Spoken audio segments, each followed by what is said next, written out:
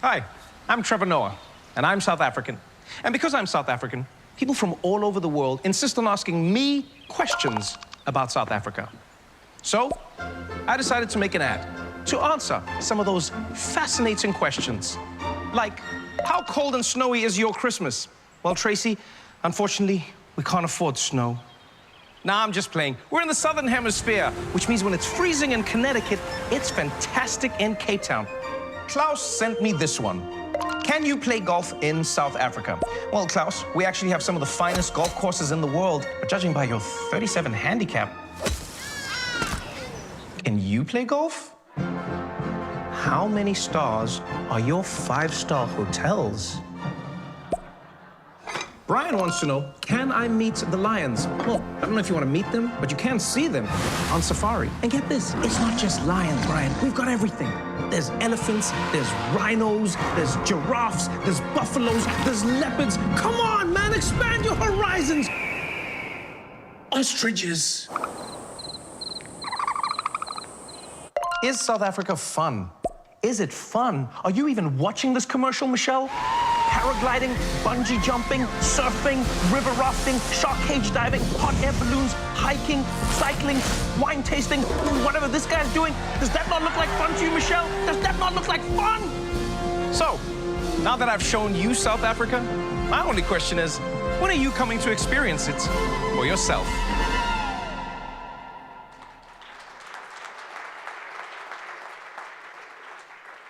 Some great piece of work that I'm particularly proud of when people speak about it. And to give us feedback, as I said at the beginning, this TBCSA conference has been running. This is the 3rd annual one. There's a lot of work that goes into it, but a lot of actions that are also taken out of it in order for the industry to implement. But you always need great leadership to make sure that they steer those actions into actual results. Because we have to understand that accountability is the glue that ties commitment to results. And this very gentleman is not shy of accountability. So please help me warmly welcome on stage the TBCSA CEO, Tshifhiwa Tshivhengwa.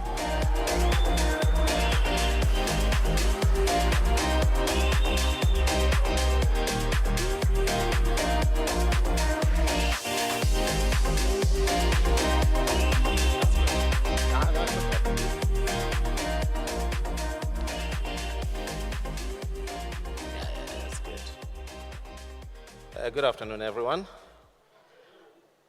As usual, every year we come and account on the promises that we've made since we started this conference. And some of those results have been mentioned.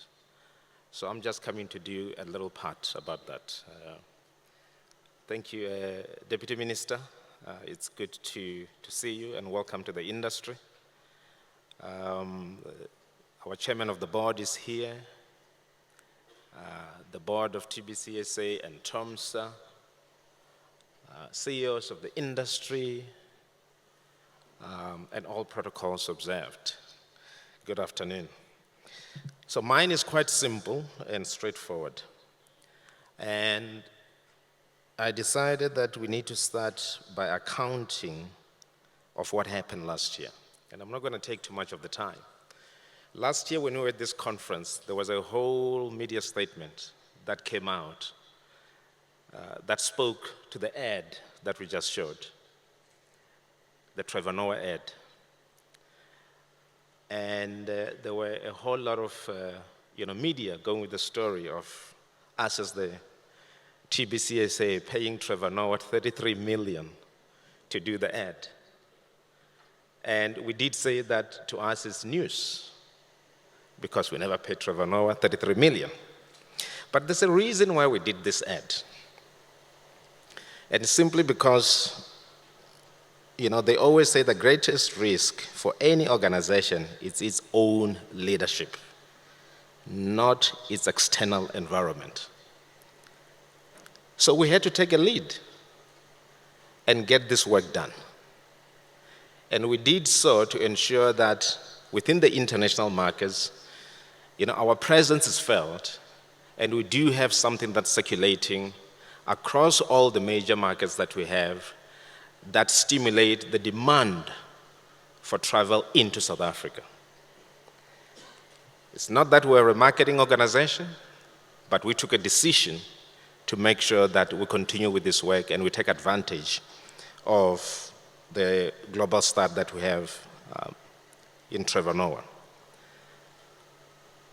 So decision making is quite important, and I think all of us in a day, we make thousands of decisions to make sure that we progress with our lives. And for us, we made a decision to implement this ad. We will show you the results of the ad.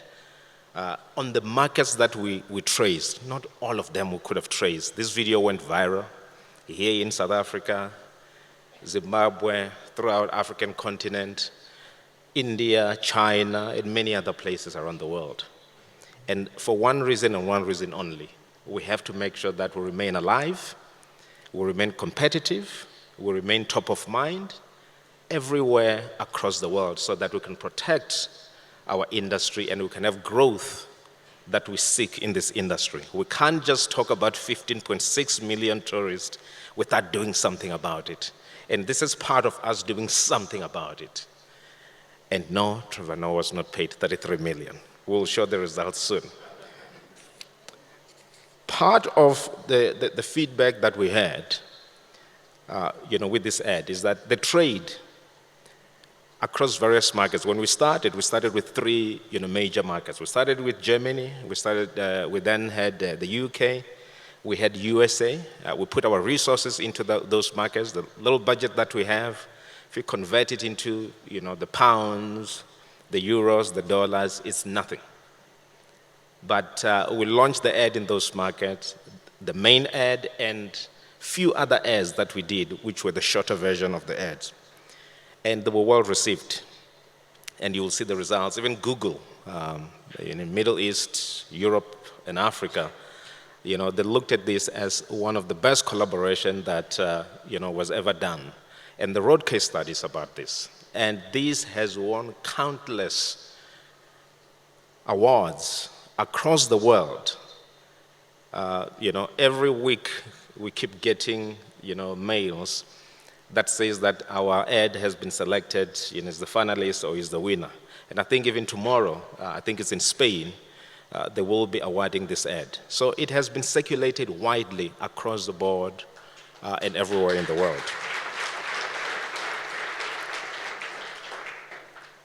But before I get to the results of the ad, I just want to focus on a few things that we talk about.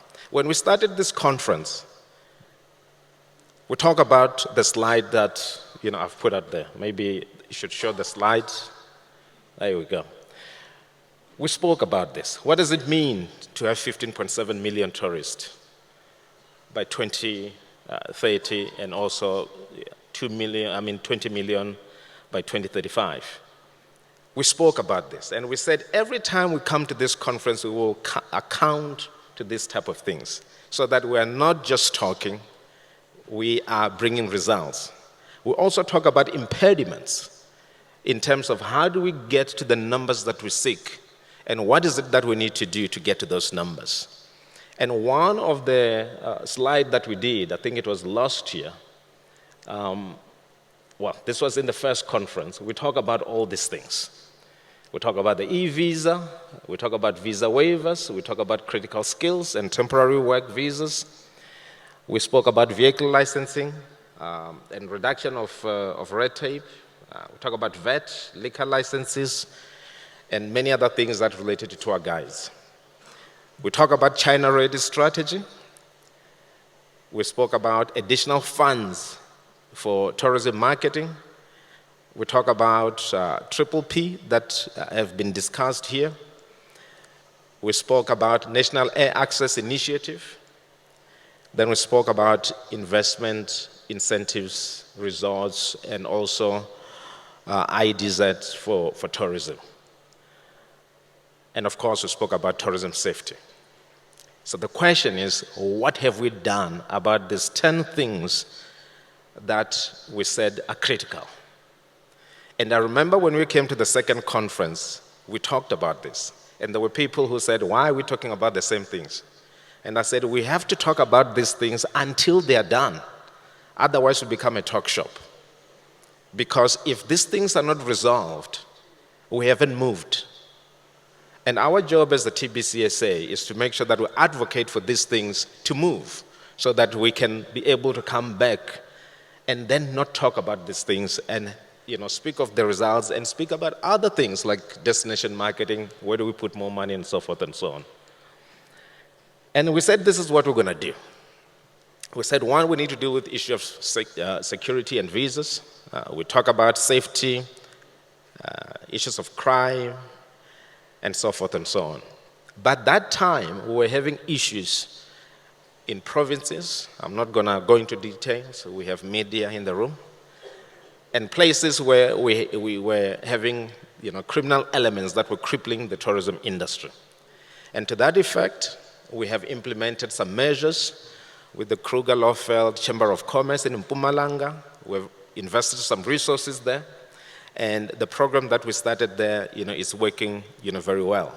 We're also looking at the issues in Port Elizabeth. We were there last week.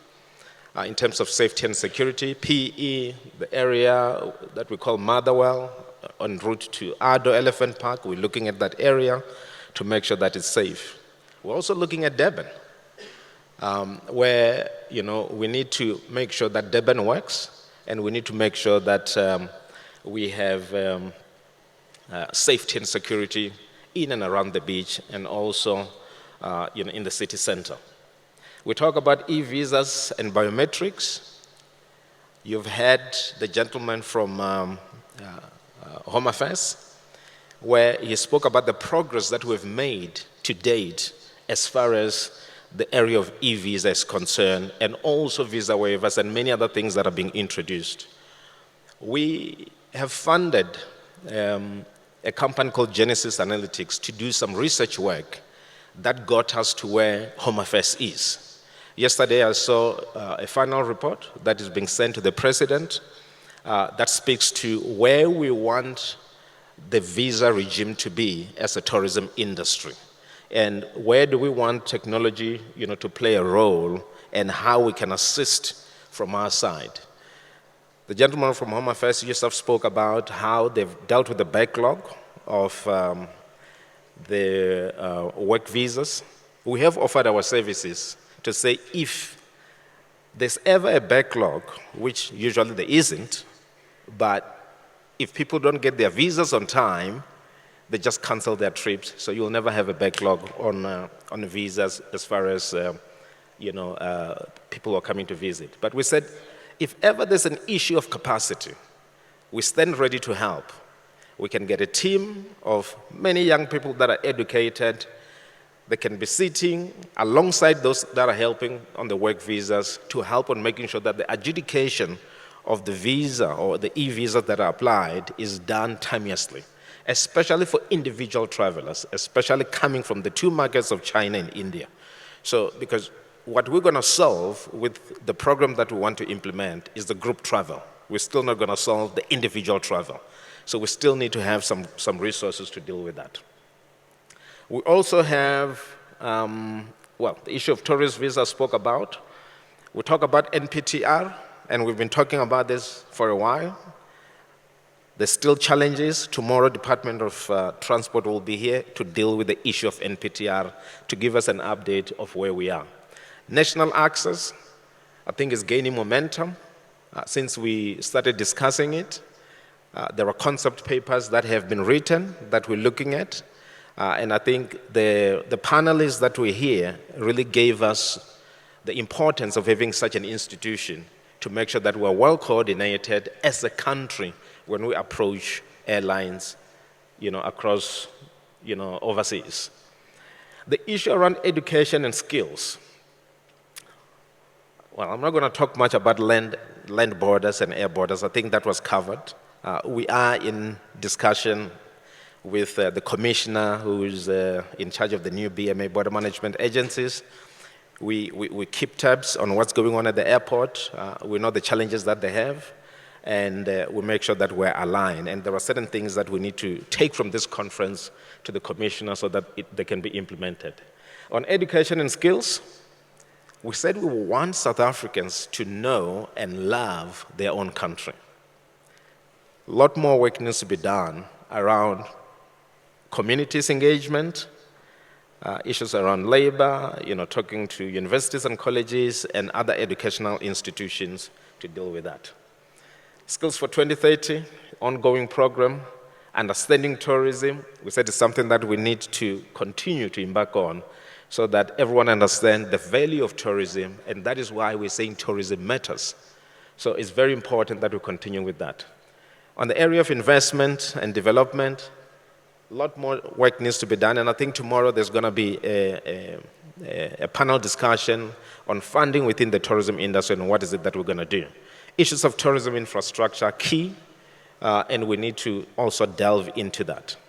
On markets and marketing, we talk about how do we get more international tourists to come to South Africa, hence the ad that we did to make sure that we continue to be visible in those markets. New market strategies, something that we need to work with our counterparts within the provinces and South African tourism, and also the issues of domestic tourism strategy that we're thinking deeply about in terms of how do we contribute as a private sector in making sure that the domestic market is stimulated and we get more travel, from our own, citizens. It should be noted that in many of the, hotel groups, 80% of people who use these facilities are domestic travelers. So we need to make sure that that base continues because it's our bread and butter. When it stops moving, everything stops moving. I want to call now, well, I'm done with this. So we're going to continue with this, we're going to add into it, but I'm done with it for now. I'm going to call Ravi Naidoo.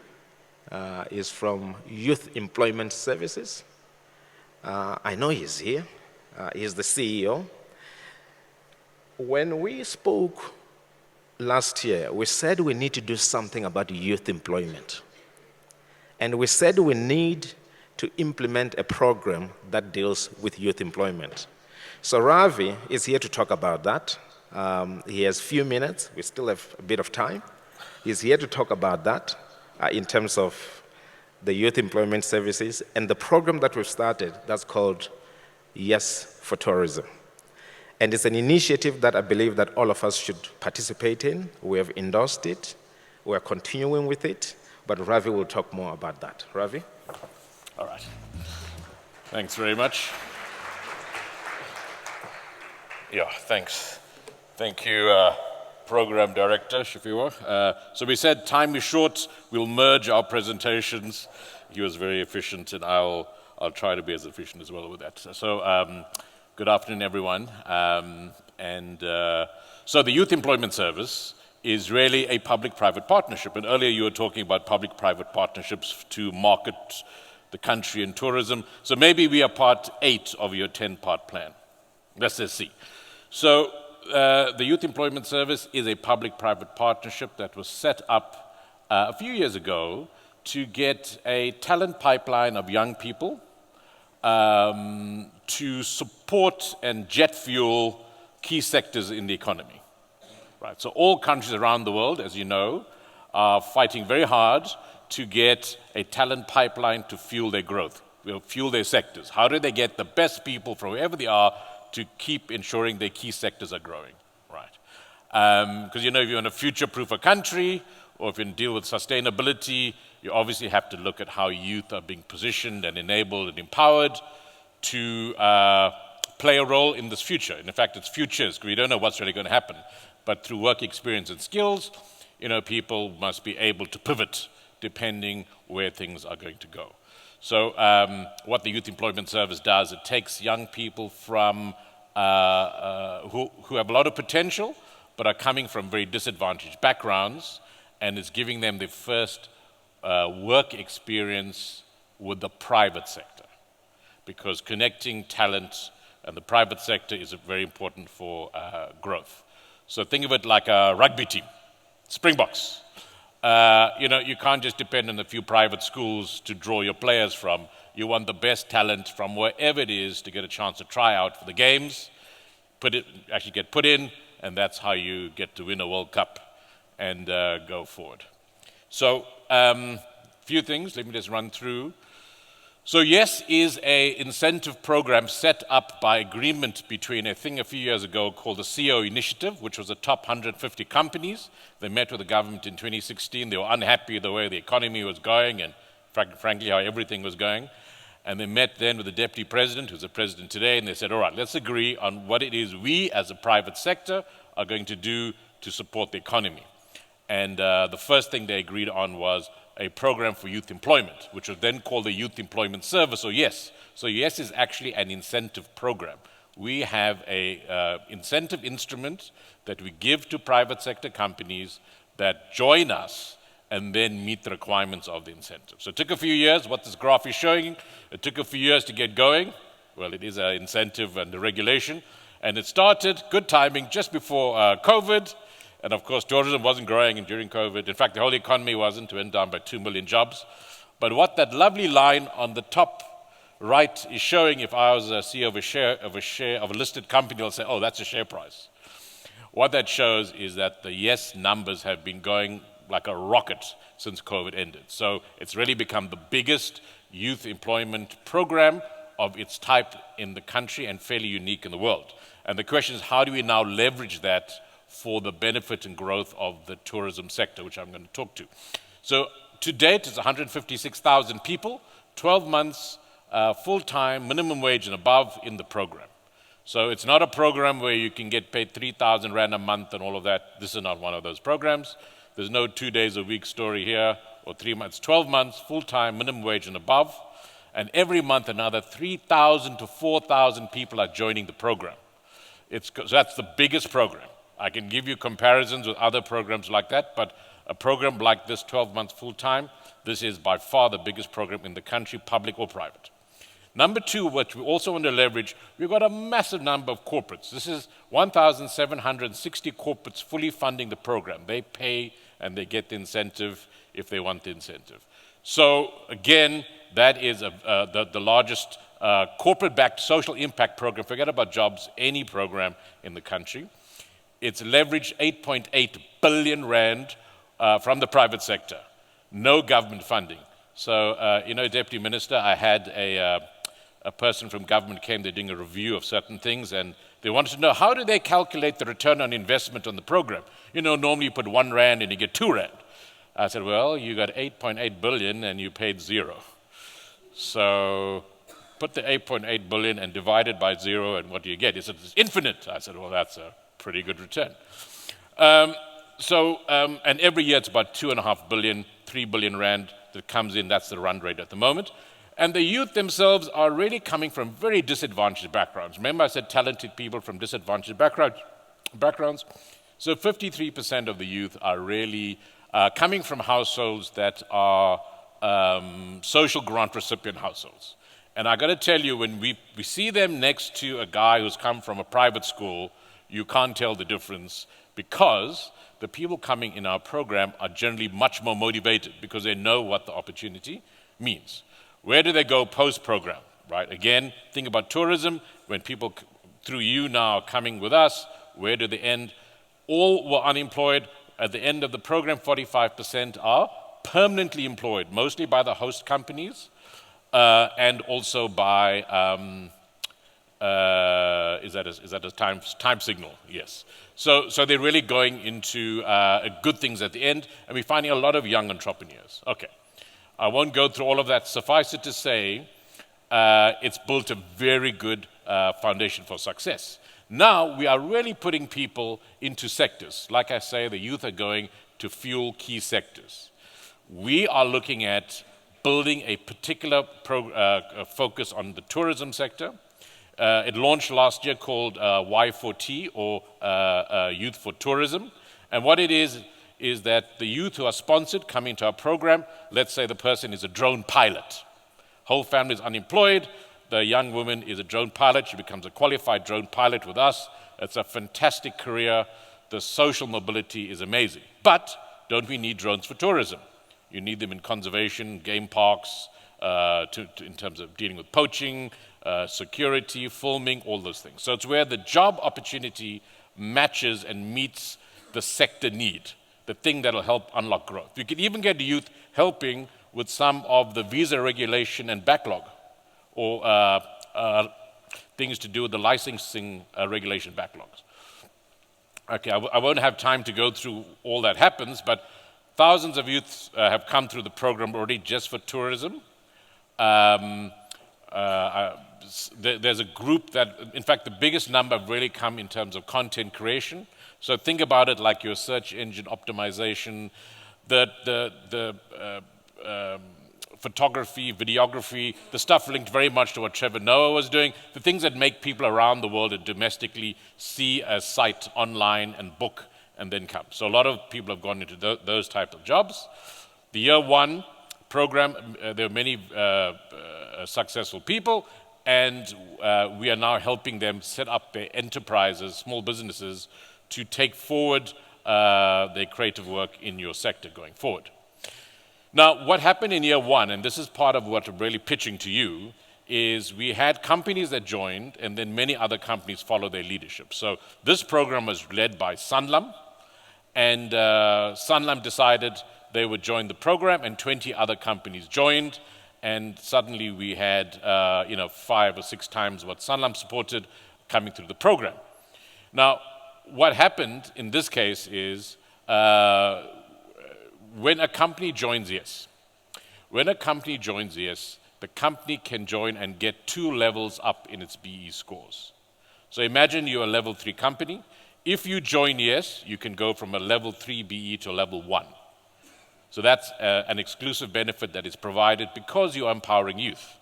In Sanlam's case, when they came in to join the program through Yes, they said, look, we don't really want to join for BE levels because in their case, they were already BE level 1 company. But they still need to show their investors, their international partners, that they are a high social impact company. So they could use the same Yes program for their ESG reporting. You got to do it, so internationally it's ESG, or you could also claim the youth you're supporting are part of your employment equity 5-year plan, or you could claim that you're just driving a sector. In Sanlam's case, it was more just to be a leader and show that they're not just making money, they're giving money and opportunity back to the country. So basically companies joined for all of those reasons, and this is what these companies came in and supported year one of a tourism program. And with the TBCSA, we're hoping that we're going to have a successful year two. What you'll notice about this, the companies that came in to really back jobs in tourism and digital jobs and drone pilots and people at convention centers, many of them are not from the tourism sector. They are finance companies and other companies. So in year two, we're hoping to really have a much bigger program structured around maybe a 10-point plan, Tshifhiwa, to have the youth go in and fuel those. I'm not sure if we are going... Okay, the short little video and then I end. But I thought, don't just hear me drone on. Let's hear so the quality and effectiveness of the content was highly exceptional. We got the final product, we posted it, our community was very happy. Some of the change makers that we basically partner and highlight were blown away by the quality. It was amazing. We had some videos and we had some pictures and we used those to post on our social media. It helped us grow our Instagram following, but it also helped us reach out to a new demographic and show how interactive our events are. I'm happy to say that I have registered my very own business. I managed to go to places I never thought I'd go to. I found myself buying my very first prime lens, 50 mil, and I was very excited about that purchase. I'd like to send a shout out to Sanlam and Yes for this awesome program. From the Part of More team, we'd just like to extend our deepest gratitude. Thank you to the Youth for Tourism Initiative for helping us reach a wider audience and just highlighting the amazing change working activity that's happening in our community. Just a huge shout out and a big thank you to Sanlam, Yes, for putting together this big program, helping us as creatives to put our work out there, giving us the platform to gain experience. A big shout out.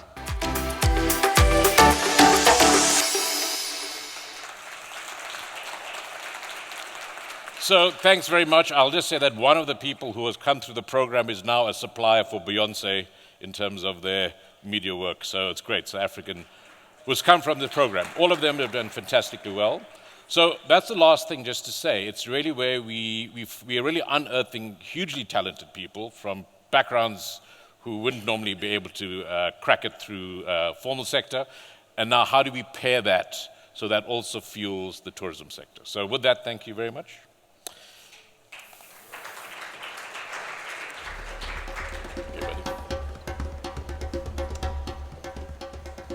Thank you, Ravi. You can see that we are working. We are not just talking. There are certain things that are at play, and we're doing our part. And I hope that you join us as we continue to do this work that's so important for us and for the industry at large. I did promise that I will play the results of the Trevor Noah campaign. So instead of me talking, we put together this short video to show you the results.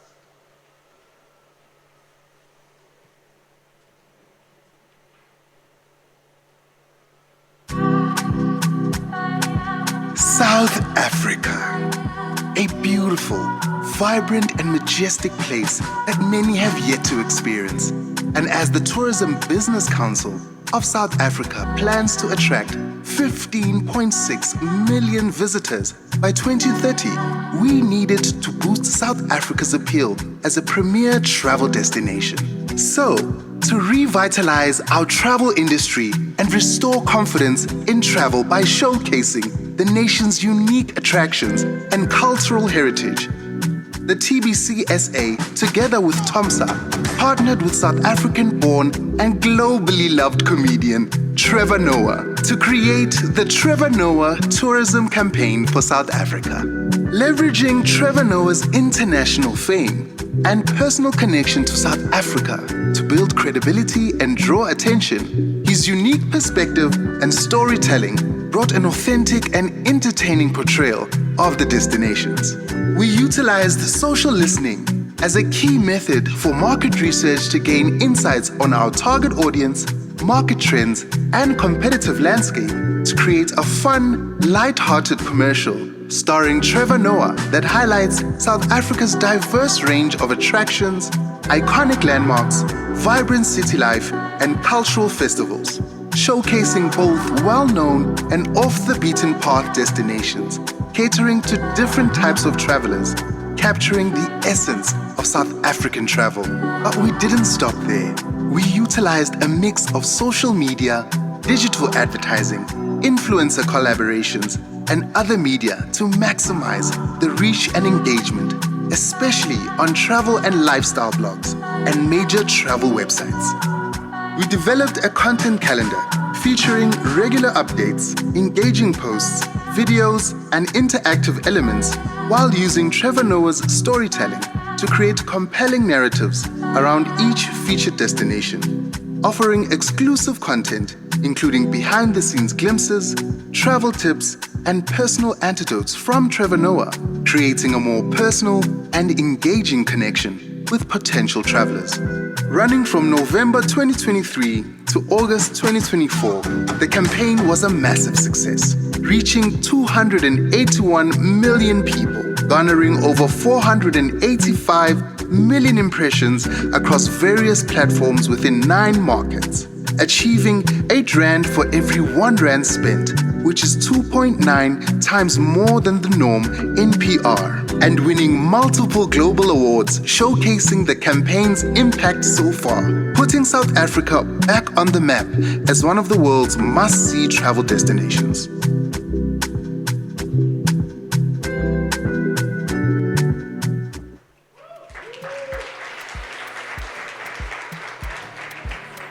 Well, I did say that we could only track the markets that we were tracking. There's still a whole world that we never tracked. We only tracked this only in 9 markets, and that's it, that we invested in. So this was used by the trade, and the results, I'm sure you can have another 50% more of what you've seen, but this is just what we've tracked. So that is my story.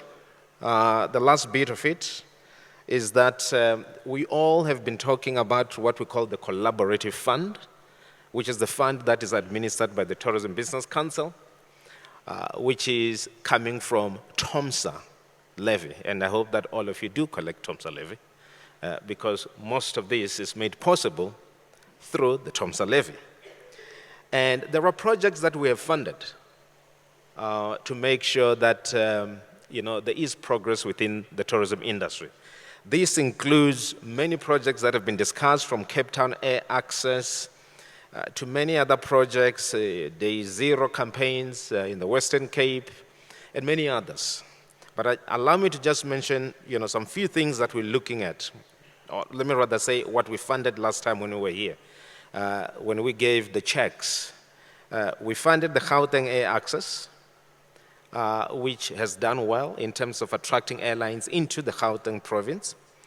We also funded the Cape Town Tourism SMME programs, where it was focusing on township tourism to make sure that there's inclusivity. I spoke about the Kruger-Lofeld security that we have funded and still continue to fund, which has brought calm in one stretch of a road where many tourists were being, not moving nicely. We are looking at things like Durban Direct. They've submitted the proposal in terms of making sure that there are more airlines that are going to Durban. As I've said, safety and security in Durban, Nelson Mandela Bay, domestic marketing campaigns, and many others. This was made possible because of the funds that we collect and the fact that we administer these funds very effectively, and we make sure that there is impact in the industry. And we'll continue to do so because it's to our best interest. Thank you very much. We'll see you later.